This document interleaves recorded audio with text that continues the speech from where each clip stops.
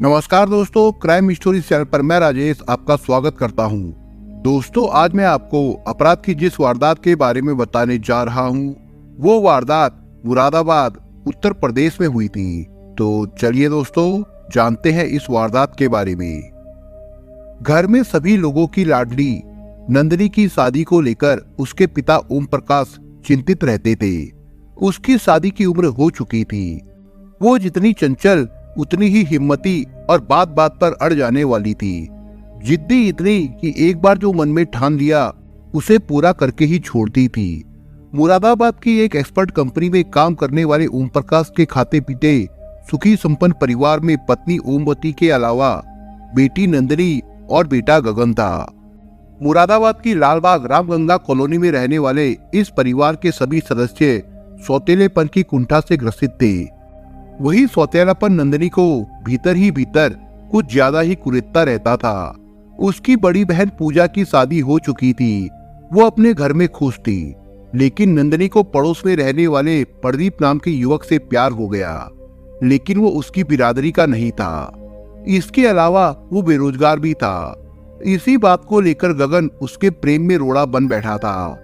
नंदिनी गगन की भले ही सौतेली बहन थी, लेकिन वो नहीं चाहता था कि नंदिनी प्रदीप से प्यार करे। गगन अपने माता पिता को इस बारे में उकसाता भी रहता था। पिता भी गगन का ही पक्ष लेते थे। सौतेली माँ कलावती का निधन भी बीते साल कैंसर से हो चुका था। घर में नंदिनी की एकमात्र हमदर्द गगन की पत्नी राधा बन सकती थी, लेकिन उसकी घर में जरा भी नहीं चलती थी। गगन नंदिनी के साथ साथ उसे भी काफी डांट डपट कर रखता था। कई बार इस वजह से नंदिनी काफी दुखी हो जाती थी और गगन के विरोधी तेवर को अपने दिल पर लेती हुई बिफर भी पड़ती थी। उसके मुंह से निकल पड़ता था, गगन उसका दुश्मन है, क्योंकि वो सौतेला भाई जो है, अपना भाई होता तो अलग बात होती। अब नंदिनी को ये समझ नहीं आ रहा था कि वो अपने दिल की बात कहे तो किससे कहे, अपनी समस्या का समाधान निकालने के लिए किसकी मदद ले। यही सोचकर वो हमेशा तनाव में रहती थी। प्रेमी प्रदीप के साथ वो ज्यादा समय तक मिल बैठ भी नहीं सकती थी, क्योंकि गगन उस पर हमेशा पहरेदार की तरह तना रहता था। इस बात पे मिर्च मसाला लगाकर पिता को बताता था और घर में बात का बतंगड़ बना डालता था। और तो और उसके प्रेमी को नकारा निकम्मा कहता हुआ घर के सभी के सामने उसे काफी जलील भी करता था। इस बात को लेकर नंदिनी परेशान रहने लगी थी। उसके मन में तरह तरह के ख्याल आते रहते थे। अपनी समस्याओं को लेकर उधेड़बुन में एक बार नंदिनी बाजार से गुजर रही थी। तभी अचानक उसकी मुलाकात ममता से हो गई।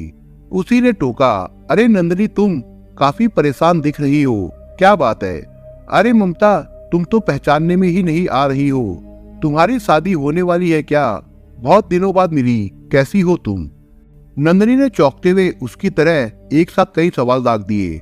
मैं तो बस अपने दिल को बहला रही हूँ, खुद को दिलासा दे रही हूँ। तुम्हारे भाई ने जब से मुझे धोखा दिया है, उसके बाद समझो आज ही मूड फ्रेश करने के लिए थोड़ा बन ठन कर निकली हूँ। अच्छी लग रही हूँ ना? ममता ने भी नंदिनी के अंदाज में जवाब दिया। बहुत ही अच्छी, ग्लैमरस, तुम्हारी सुंदरता का कोई जवाब नहीं। तुम कुछ भी पहन लो, हीरोइन दिखती हो, नंदिनी ने कहा। बस बस, किसी की अधिक तारीफ नहीं करते, उससे उसकी मुराद पूरी होने में अड़चन आ जाती है, ममता बोली। तुम्हारी मुराद क्या है? नंदिनी तपाक से पूछ बैठी। बदला। बदला? ये कोई मुराद हुई? मगर किससे? चौंकती हुई नंदिनी ने पूछा। तुम्हारे उसी भाई से जो मेरी जिंदगी उजाड़ कर तुम्हारी जिंदगी भी बर्बाद करने पर तुला है, ममता गुस्से में बोली। कह तो तुम बिल्कुल सही रही हो, मगर मैं क्या कर सकती हूँ ये समझ नहीं पा रही हूँ, नंदिनी ने कहा। वो मायूसी के साथ आगे कहने लगी, गगन सौतेला भाई है ना, इसलिए अपना सौतेलापन खुलकर दिखा रहा है। प्रदीप को मेरा और पूरे परिवार का दुश्मन बताता है। पापा को उसके खिलाफ काफी भड़का दिया है। पापा से बोलता है कि उनकी जायदाद पर प्रदीप की नजर है। तुम तो जानती हो उसे, वो ऐसा बिल्कुल भी नहीं है। वो मुझे बहुत प्यार करता है, मैं भी उसे बहुत चाहती हूँ। देखो नंदिनी, तुम्हारे चाहने और नहीं चाहने से क्या होता है। गगन कभी नहीं चाहता है कि तुम्हारी प्रदीप के साथ शादी हो। इसके पीछे छिपा हुआ उसका मकसद समझो। वो जानता है कि तुम्हारी प्रदीप से शादी होने पर तुम इसी मोहल्ले में रहने लगोगी और फिर अपने पिता की संपत्ति पर हक जताने लगोगी, इसलिए वो तुम्हारी शादी कहीं दूर करवाना चाहता है, ममता ने समझाया। इसी के साथ उसने ये भी कह दिया कि उन दोनों का एक ही दुश्मन है, वो है गगन। ये बात नंदिनी के दिमाग में घर कर गई। उस वक्त तो ममता और नंदिनी अपनी अपनी उलझनों का बोझ एक दूसरे पर उतारकर विदा हो लिए, लेकिन दोनों के दिमाग में गगन के विरोध की ज्वाला धधकने लगी। ऐसा होना भी स्वाभाविक था। नंदिनी को गगन हमेशा कहता रहता था कि प्रदीप उसका हितैषी नहीं दुश्मन है, वो उसके साथ प्रेम का नाटक कर रहा है और उसकी मंशा जमीन जायदाद हथियाने की है। एक समय में लालबाग रामगंगा कॉलोनी निवासी रमेश कुमार की बेटी ममता गगन की प्रेमिका हुआ करती थी। गगन उससे बहुत प्यार करता था। वो बेहद सुंदर थी, अपनी खूबसूरती को आधुनिक पहनावे और स्टाइल से और भी ग्लैमर बना देती थी। बॉडी लैंग्वेज से लेकर बोलचाल तक से किसी को भी पलक झपकते ही अपनी ओर आकर्षित कर लेती थी। उसके आधुनिक पहनावे को देखकर कई लोग इसका गलत अर्थ भी निकालते थे। दबी जुबान में उसे बच्चन तक कह देते थे। ऐसी धारणा रखने वालों में गगन के पिता ओम प्रकाश भी थे। उन्होंने ममता को लेकर गगन को एक बार खूब डांटा था, उससे दूर रहने की चेतावनी दी थी। यहाँ तक कि उन्होंने भी उसे बच्चन करार दे दिया था। दुर्भाग्य से 2018 में गगन की मां कलावती का कैंसर से निधन हो गया था। करीब 25 साल पहले ही ओम प्रकाश ने अमरोहा निवासी शादीशुदा कलावती से दूसरी शादी तब की थी जब उनकी पहली पत्नी का आकस्मिक निधन हो गया था। विवाह के वक्त कलावती की गोद में 3 साल का गगन भी था। नंदिनी का बचपन उसी सौतेले भाई के साथ गुजरा जो अब 28 साल का हो चुका था। ओम प्रकाश की पहली पत्नी से उसके 2 बच्चे पूजा और नंदिनी थी। वे पूजा की शादी कर चुके थे और नंदिनी की शादी के प्रयास में थे। कलावती के निधन के बाद ओम प्रकाश घर को संभालने के लिए गगन की शादी की योजना बनाने लगे थे। इसी सिलसिले में ममता के साथ उसके प्रेम संबंध का मामला सामने आ गया था। उन्होंने ममता से शादी करना सिरे से मना कर दिया था। इस पर गगन ना तो पिता का विरोध कर पाया और ना ही ममता की भावनाओं की कद्र। और फिर गगन की शादी 6 जुलाई 2018 को मुरादाबाद में ही बलदेवपुरी थाना कटघर निवासी कुंदन कुमार की बेटी राधा से हो गई। गगन का राधा के साथ शादी होना ममता को अच्छा नहीं लगा। वो खुलकर विरोध नहीं कर पाई, लेकिन भीतर ही भीतर नफरत की आग में जल उठी। इसका जिक्र उसने कई बार अपने दूसरे दोस्तों से भी किया। वो अक्सर महीने 2 महीने के लिए दूसरे शहर चली जाया करती थी और लोगों को कभी बरेली तो कभी लखनऊ में नौकरी लगने की बातें बताती रहती थी। यहाँ तक कि वो अपने माता पिता से अलग किराए का कमरा लेकर रहने लगी थी। वो जिगर कॉलोनी में स्थित एक्सपोर्ट फर्म में काम करती थी। वो प्रदीप को भी ताने मारती थी जो उसकी दूर का रिश्तेदार था। ममता ने प्रदीप को एक बार तो साफ साफ कह दिया था कि जब तक गगन रहेगा तब तक उसकी शादी नंदिनी से नहीं हो पाएगी। ये बात वो नंदिनी को भी ताना देते हुए अक्सर कहती थी कि गगन उसके प्रेमी प्रदीप से कभी मिलने नहीं देगा। गगन भले ही उसका सौतेला भाई है, लेकिन उसकी पिता की संपत्ति का वारिस वही बनेगा। उस दिन बाजार में ममता ने नंदिनी के एक बार फिर से हरे जख्म को कुरेद दिया था। ममता से बात करके नंदिनी विचलित हो गई थी। गगन चाहता था कि उसकी बहन की शादी किसी रोजगारशुदा व्यक्ति से हो। इसमें उसे सौतेले पिता का भी समर्थन मिला हुआ था। नंदिनी के पिता हमेशा गगन का पक्ष लेकर नंदिनी को समझाते थे कि प्रदीप ना तो बिरादरी का है और ना ही बराबरी का। जबकि नंदिनी के कानों पर जूं तक नहीं रेंगती थी। वो मस्ती में ही रहती थी और अपनी जिद पर अड़ी थी। कबाड़ी का कारोबार करने वाले गगन का यही सोचना था कि प्रदीप की निगाह उसके पिता की प्रॉपर्टी पर टिकी है। ओम प्रकाश एक्सपोर्ट फर्म में काम करते थे। उनके लाड़ प्यार में पली नंदिनी ही घर की देखभाल और खर्चे की पूरी जिम्मेदारी संभाले हुई थी। बाजार और बैंक आदि का हिसाब किताब नंदिनी के जिम्मे था। फिर भी घर में गगन की ही मनमानी चलती थी। वो पत्नी राधा को इससे दूर रखता था। नंदिनी नहीं चाहती थी कि उसकी शादी किसी दूसरे शहर में हो। वो हमेशा पिता के मकान में ही रहना चाहती थी। प्रदीप को लेकर गगन के साथ नंदिनी का हमेशा झगड़ा होता रहता था। बात जून 2021 की है, जब एक दिन नंदिनी के साथ गगन का झगड़ा काफी बढ़ गया था। इस कारण गगन अपनी ससुराल जाकर रहने लगा था। तब उसकी पत्नी राधा भी अपने मायके में ही थी। एक तरफ नंदिनी थी तो दूसरी तरफ ममता।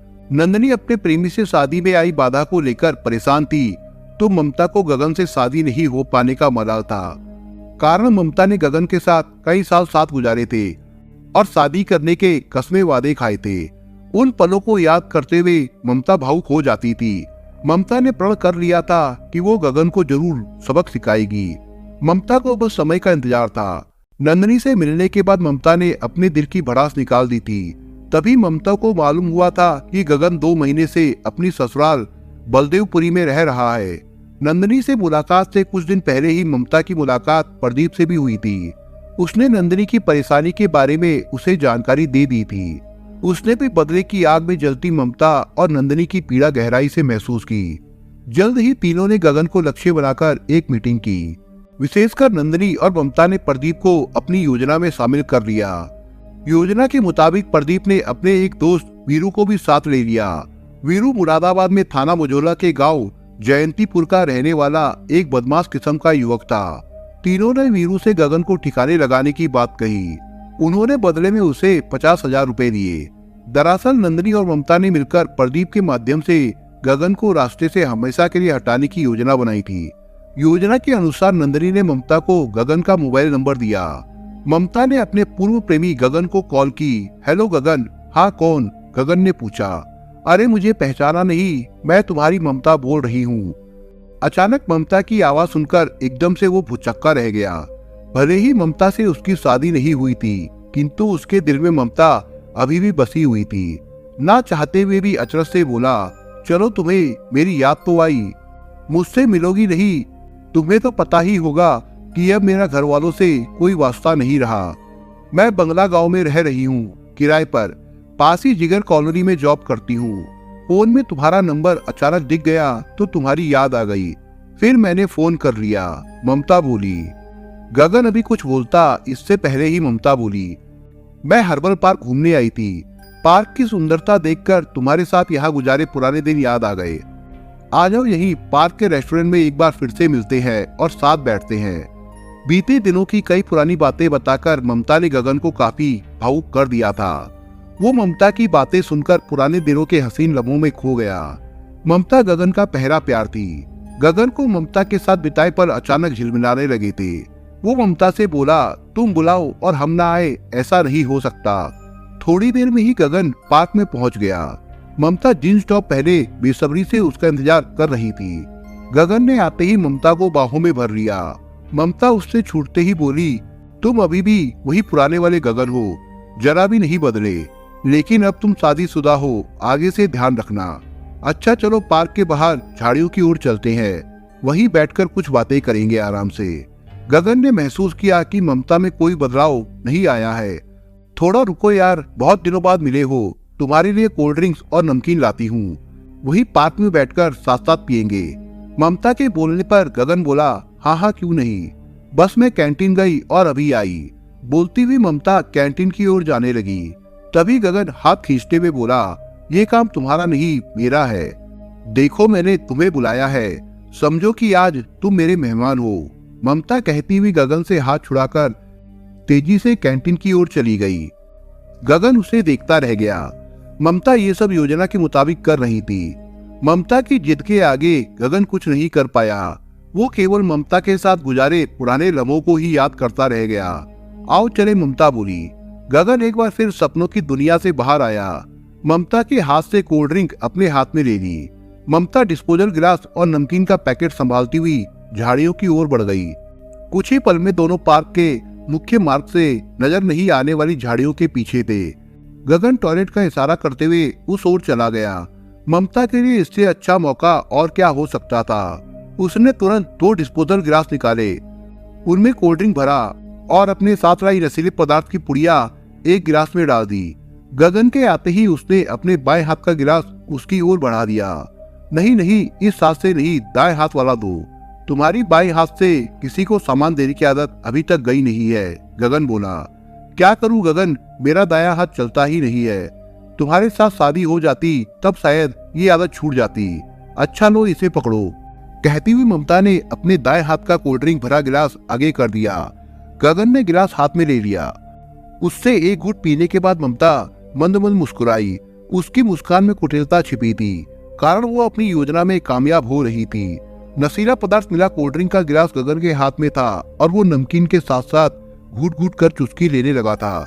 कुछ समय में ही बोला, ममता, मुझे तुम्हारा चेहरा साफ क्यों नहीं दिख रहा? गगन की आवाज में भी लड़खड़ाहट थी। ममता समझ गई कि उस पर नशा हावी हो रहा है। ममता ने प्रेम भरी हमदर्दी दर्शाते हुए उसका सिर अपनी गोद में ले लिया। कुछ पल में ही गगन पूरी तरह से बेहोश हो चुका था। ममता ने तुरंत थोड़ी दूर दूसरी झाड़ी के पीछे छिपे वीरू को इशारा किया। इशारा पाते ही ताक में बैठा वीरू ममता के पास आ गया। ममता वहां से उड़ती हुई बोली, शिकार को संभालो, मैंने अपना काम कर दिया है, आगे का काम तुम्हारा है। उसके बाद नंदिनी और प्रदीप को भी इसकी जानकारी दे दी कि उसका काम पूरा हो चुका है। हालांकि तब तक गगन के मुंह से केवल एक ही बड़बड़ाने की आवाज निकल रही थी, ममता, क्या हुआ है मुझे? कुछ नहीं, तुम्हें थोड़ा चक्कर आ गया है, अभी तुम्हें डॉक्टर के यहाँ ले जाने का इंतजाम करवाती हूँ, ममता बोली। ममता उसे सहारा देते हुए वीरू के साथ उसकी मोटरसाइकिल तक ले गई। वहाँ प्रदीप पहले से मौजूद था।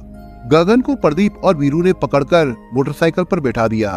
वीरू मोटरसाइकिल चलाने के लिए बैठ गया, जबकि प्रदीप गगन को थामे हुए था। वीरू और प्रदीप गगन को जयंतीपुर ले गए।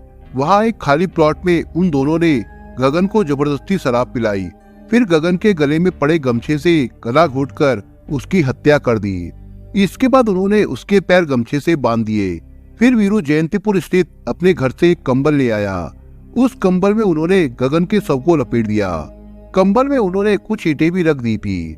वो शव को पास में बह रहे गहरे नाले में डुबोना चाहते थे, इसलिए 2 कट्टों में उन्होंने ईंट भर के वे कट्टे कंबल से बांधने के बाद शव नाले में डाल दिया। ईंटों की वजह से शव नाले में डूब गया था। ये बात 13 जुलाई 2021 की है।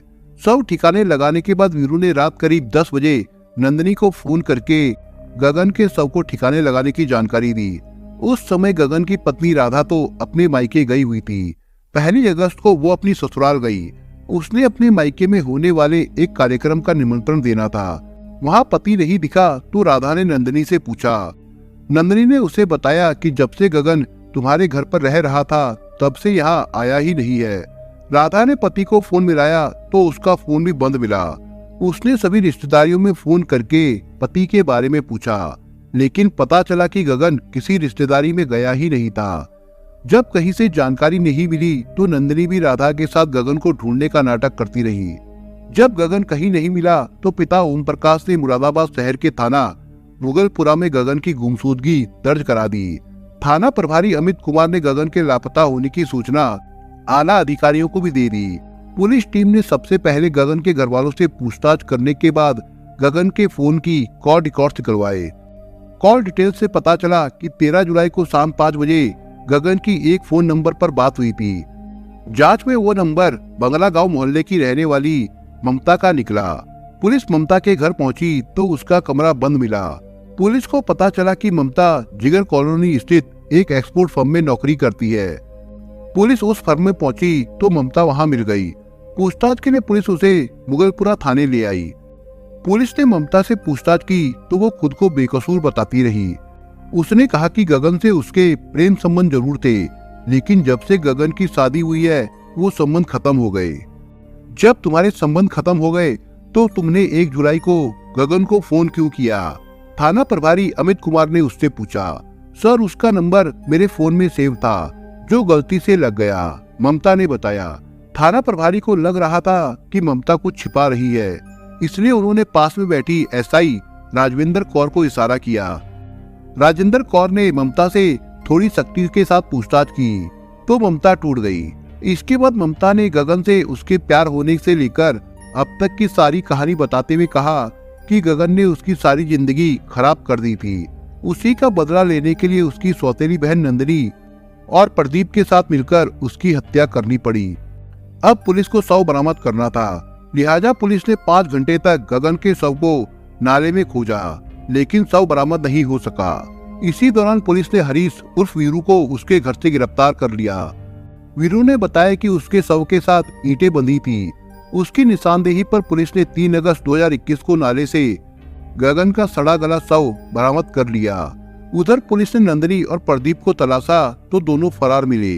उनके फोन की लोकेशन के आधार पर पुलिस ने उन्हें नोएडा से गिरफ्तार कर लिया। उन्होंने बताया कि उन लोगों ने 3 अगस्त को ही नोएडा के मंदिर में शादी कर ली थी।